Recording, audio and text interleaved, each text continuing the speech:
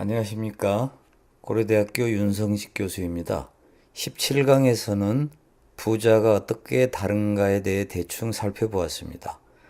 앞으로 부자가 어떻게 다른가에 대한 체계적이고 광범위한 연구가 필요하다고 생각합니다. 18강에서는 부자가 되려면 뭐가 필요한가에 대해 이야기해 보겠습니다. 우리는 앞에서 불교란 깨달음을 추구하는 종교이지만 깨닫고 싶다면 깨달음을 추구하지 말아야 된다고 말했습니다. 행복도 마찬가지라는 것을 보았습니다. 우리가 행복하려고 한다면 행복을 추구하지 말아야만 행복할 수 있는 것입니다. 내가 행복해야지라고 생각하는 순간 행복에 공학적으로 접근하게 됩니다. 부자도 마찬가지입니다. 부자란 되는 것이 아니라 되어지는 것입니다. 따라서 부자가 되려고 하는 것보다 부자는 열심히 무언가를 추구하고 가치를 추구하고 고객을 위하고 경영을 잘하고 하다 보면 저절로 부수적으로 되어야 하는 것입니다. 내가 부자가 돼야 되겠다라고 한다면 그것은 인위적인 마음이 작동하는 것이고 공학적으로 접근하게 되고 오히려 부자가 되기 어렵다는 뜻입니다. 이런 말씀은 매우 불교적이기는 하지만 우리 현실에 맞지 않다고 생각할 수가 있습니다. 그렇게 해가지고 어떻게 부자가 돼? 이빨을 악물고 부자가 되려고 해도 부족할 텐데 부자가 되려고 하지 말라니 말도 안 돼 라고 생각할 수도 있습니다. 그러나 제가 앞으로 한 몇 개의 현실 사례를 소개를 하겠는데 뜻밖에도 부자가 되려고 하는 것보다 다른 가치를 추구하면 부자가 저절로 되는 것, 즉 불교적인 관점에서 바람직한 경제 생활이 결코 비현실적이지 않습니다. 제가 어떤 불자로부터 전해 들은 재미있는 이야기입니다. 고우 스님한테 식당 주인이 찾아와서 장사가 안 된다고 하소연을 했답니다. 그랬더니 고우 스님이 손님을 나 돈 벌어주는 봉이다 이렇게 생각하지 말고 은인이라고 생각하고 장사를 해라 이렇게 조언을 했다고 합니다. 그 식당 주인은 돌아가서 그 조언을 실천을 했는데 돈을 아주 마주 벌어서 빌딩도 샀다고 합니다. 제가 그 사례를 듣고 제가 가졌던 하나의 수수께끼가 풀렸습니다. 그 수수께끼는 제가 자주 다녔던 어느 식당에 관련된 수수께끼입니다. 고려대학교 후문에서 조금만 나가면 굉장히 잘 되는 식당이 있었습니다. 제가 수업을 11시 45분에 끝내고 그 식당에 가면 한 10분쯤 걸리는데요. 자리가 없습니다. 그래서 수업이 11시 45분에 끝나는 날은 아예 그 식당에 갈 생각을 안 합니다.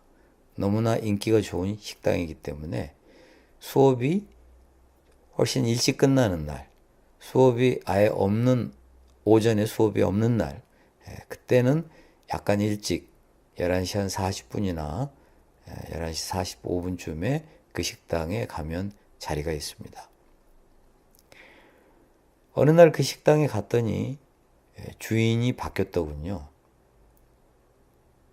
그 식당은 입구에 막 들어가면 주방이 유리로 공개가 되어서 들어가면 다 볼 수 있게 되어 있습니다.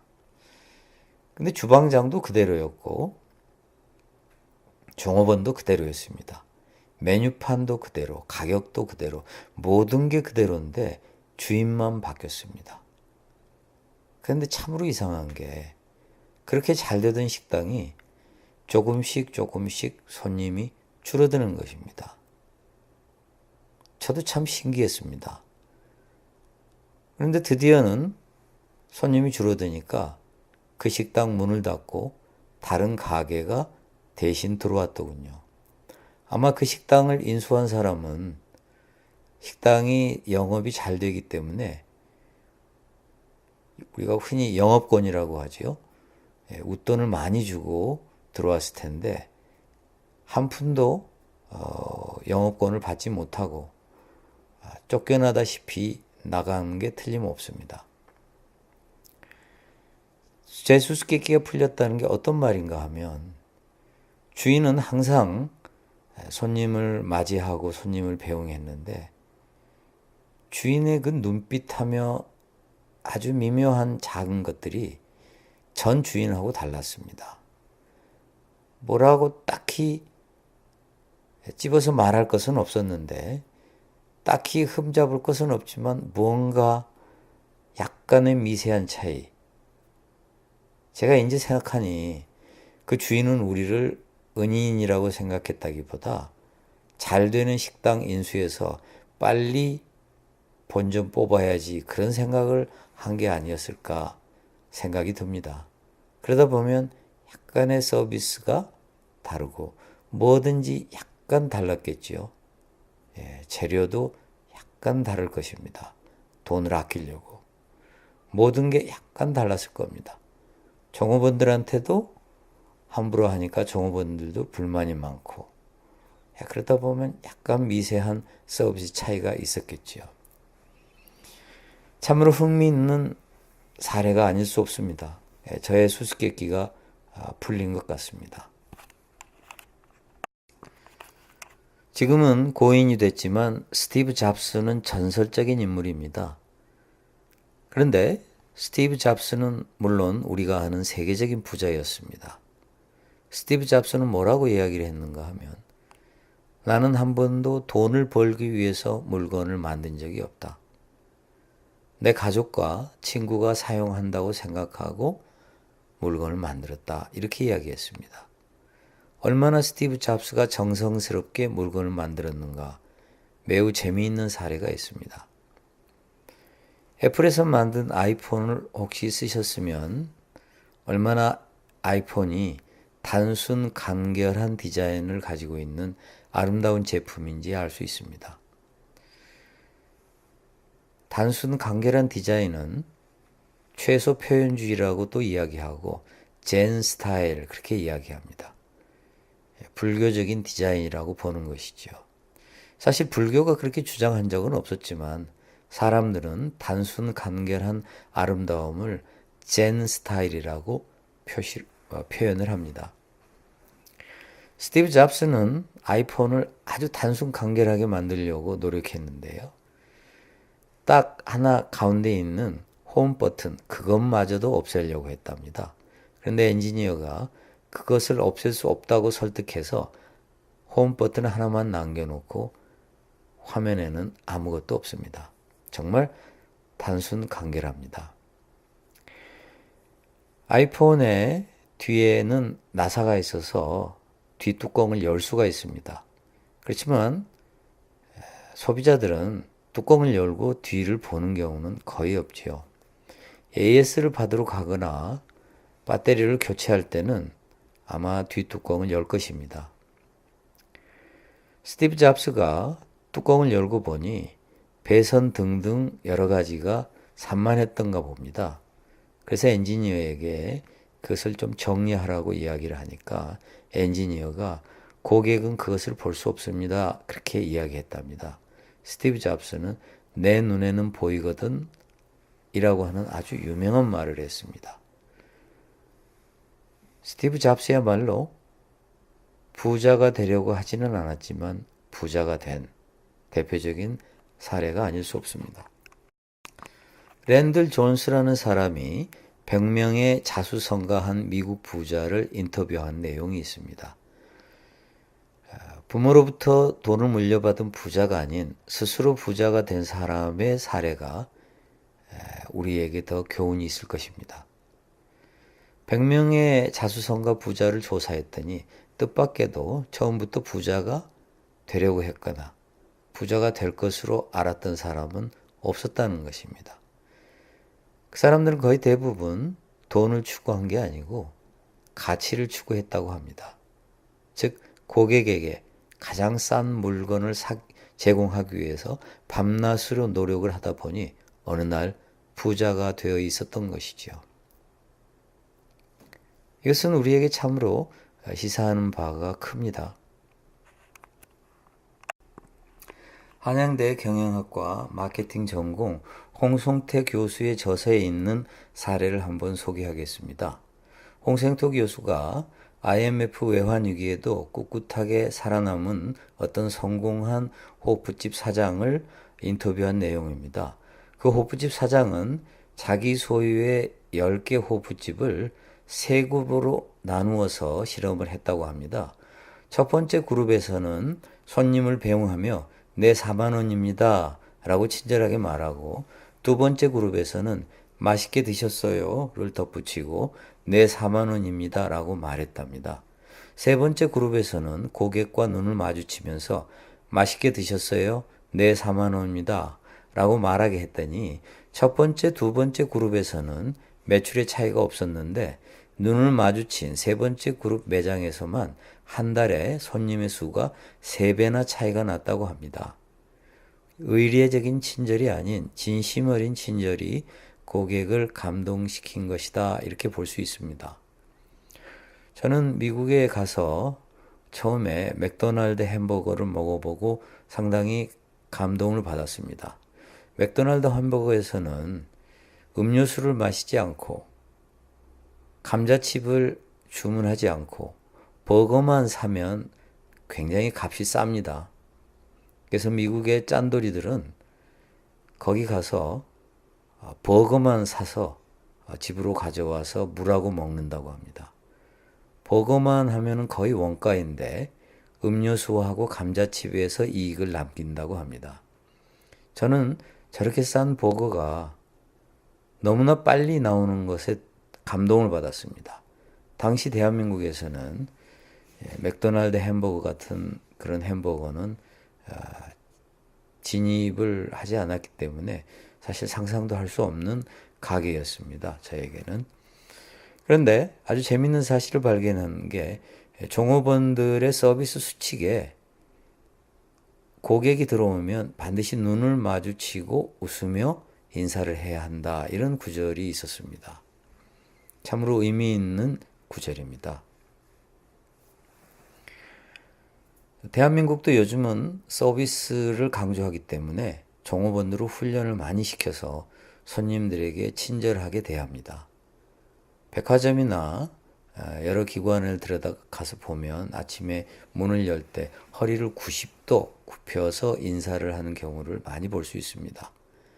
참으로 정중하게 인사를 하지만 재미있는 사실은 얼굴에 별로 미소가 없습니다. 종업원들이 행복하지 않다라는 증거지요. 인위적으로 시키니까 하기는 하는데 눈을 고객과 마주치는 경우도 없습니다. 인형처럼, 로봇처럼 아주 정중하게 인사만 할 뿐입니다. 그런 인사가 과연 얼마나 효과를 거둘 수 있는지 의문이 아닐 수 없습니다. 정치인 중에는 자기가 하루에 몇 번 악수를 했는가를 자랑하는 경우도 있습니다. 1000명 악수를 하면 표가 한 1000개 정도 자기한테 올 거라고 생각하는 것 같습니다. 어떤 정치인은 보면 악수를 하는 사람 눈을 쳐다보는 게 아니고 그 다음 악수할 사람들 얼굴을 쳐다보는 경우가 있더군요. 그런 경우는 악수하는 사람이 아주 기분이 나쁠 것입니다. 나하고 악수를 하는데 나를 쳐다보는 게 아니라 고개를 돌려서 딴 사람을 보고 있으니 얼마나 요식 행위처럼 보일 것입니까? 저는 1000명과 악수를 하는 대신 100명과 악수를 하더라도 진심으로 그 사람의 눈을 쳐다보면서 한 표 달라고 간곡하게 요청하면 그게 더 효과가 있다고 생각합니다. 숫자가 문제가 아니라 질이 더 중요합니다. 어떤 의사가 돈하고 오직 돈만 밝히면서 진료를 한다고 생각해 보십시오. 그 사람은 어떻게 하면 돈을 많이 벌까 궁리를 하다 보면 아마 서비스는 허점을 보일 수가 있습니다. 그러나 돈 하지 않고 어떻게 하면 환자의 마음에 들까? 어떻게 하면 이 환자를 위해 줄까? 라고 정성을 다하면 어쩌면 손님이 더 많이 올 수도 있습니다. 그렇기 때문에 돈을 벌려고 하기보다는 다른 가치를 추구하는 것, 즉 고객의 병을 고쳐주겠다. 정성을 다해서 고쳐주겠다. 여기에 전념하면 부자 의사가 될 수 있을 것입니다. 제가 앞에서 든 식당 주인 스티브 잡스, 랜들 존스가 인터뷰한 100명의 자수성가 부자, 홍성태 교수가 조사한 호프집 사례, 이런 것들은 전부 현실 속의 사업가들의 사례입니다. 골드만삭스, 세계적인 금융회사인 골드만삭스 회장인 짐 오닐도 비슷한 말을 했습니다. 지금까지 수없이 많은 억만장자를 만나보았지만 오로지 부자가 되고 싶은 욕망으로 시작한 사람은 한 명도 없었다. 이것은 사업을 하는 사람의 말입니다. 학자의 말도 아니고요. 스님의 말도 아닙니다. 현실을 너무나 잘 아는 사업가의 말입니다. 부자가 되고 싶다면 부자가 되려고 하지 말고 가치를 추구하고 고객에게 최상의 서비스를 어떻게 하면 제공할 수 있을까 밤낮으로 궁리하고 노력하는 것이 제일 좋습니다. 사람들은 돈 버는 비결이 단 하나라고 하면 너무 좋아합니다. 당연하지요. 돈 벌기 위해서 10가지 요인이 필요하다고 말하면 얼마나 힘들겠습니까? 그런데 한 가지만 하면 된다. 게으른 현대인에게 딱 들어맞는 충고입니다. 가장 어이없는 베스트셀러 중에 시크릿이라는 책이 있습니다. 이 책에 보면 간절히 소망했더니 어느 날 계약하자고 연락이 왔다는 마치 무당이나 주술사의 이야기 같은 엉터리 사례가 있습니다. 간절히 소망하면 이루어진다. 글쎄요. 저는 간절히 실천하면 이루어진다. 그게 더 맞다고 생각하는데 독자들은 그런 책을 원하지 않을 것입니다. 간절히 실천하면 이루어진다. 나도 그건 알아. 알면 왜 실천을 안 해요? 간절히 소망하면 이루어진다. 참으로 단순한 이런 책을 원하는 것입니다.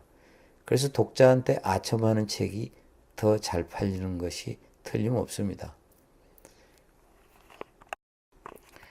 시크릿에 나와 있는 내용과 아주 비슷한 것에 나폴레온 힐이라는 사람이 쓴 신념의 마력이라고 하는 책입니다. 나폴레온 힐이라는 사람이 부자를 조사했더니 공통점이 있었다는 것입니다. 신념의 마력이었다.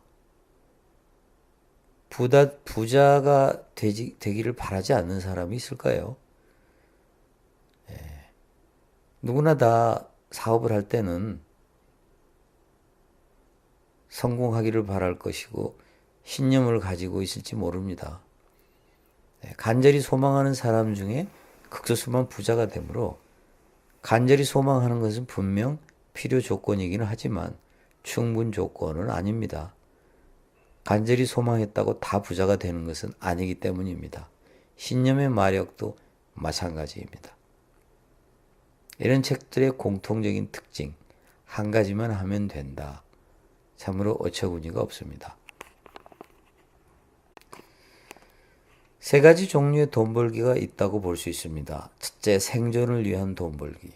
지금 먹고 살기 위해서 무엇을 해야 될 것인가? 생존을 위한 돈 벌기. 둘째, 여유 있는 삶을 위한 돈 벌기. 먹고는 살지만 조금은 더 여유 있게 살기 위해서 돈을 벌고 싶다. 셋째, 아주 큰 돈을 벌기 위해서 돈을 버는 것. 즉, 일 자체가 재미있어서가 아니고 돈 그 자체를 위해서 돈을 버는 것. 그것은 한번 생각해 볼 일이기는 합니다. 음식은 하루에 100끼를 먹을 수 없지만 돈은 무한정 가질 수 있고 큰 부자는 무한정 쓸 수 있습니다. 따라서 생존 수준을 넘어서 얼마든지 한없이 큰 부자가 되려는 목표를 세울 수가 있습니다. 그러나 부자는 되는 것이 아니라 되어지는 것이기에 아주 큰 돈을 벌겠다 이런 목표를 세우기보다는 그냥 여유 있게 생존하는 것을 목표로 삼는 게 좋다고 생각합니다. 정말 큰 부자가 되고 싶다면 큰 부자가 되려고 하지 말고 어떻게 하면 사람들이 열광하는 제품이나 서비스를 가장 싼 가격에 제공할 수 있을까를 고민하십시오. 그래도 부자가 될 사람은 저절로 됩니다. 부자가 되려고 하지 말고 죽는 날까지 편안하게 생존하는 것을 목표로 삼아야 합니다. 이것은 게으른 것이 아닙니다. 부자가 되려고 하지는 말되 부처님 말씀대로 열심히 돈을 벌어야 합니다. 열심히 돈을 벌지 않으면 욕심이 없어서가 아니라 게으른 것이나 마찬가지입니다. 열심히 돈을 벌되 마치 돈 벌 생각이 없는 듯이 돈을 벌라는 말입니다. 그래도 부자가 될 사람은 됩니다. 부자란 되는 것이 아니라 되어지는 것입니다. 부자가 되기 위해서는 수많은 인과 연이 필요합니다. 인이란 직접적인 요인이고 연이란 조건, 상황, 환경으로 표현할 수 있습니다. 수많은 요인이 있기 때문에 모든 요인을 다 규명하기는 불가능합니다.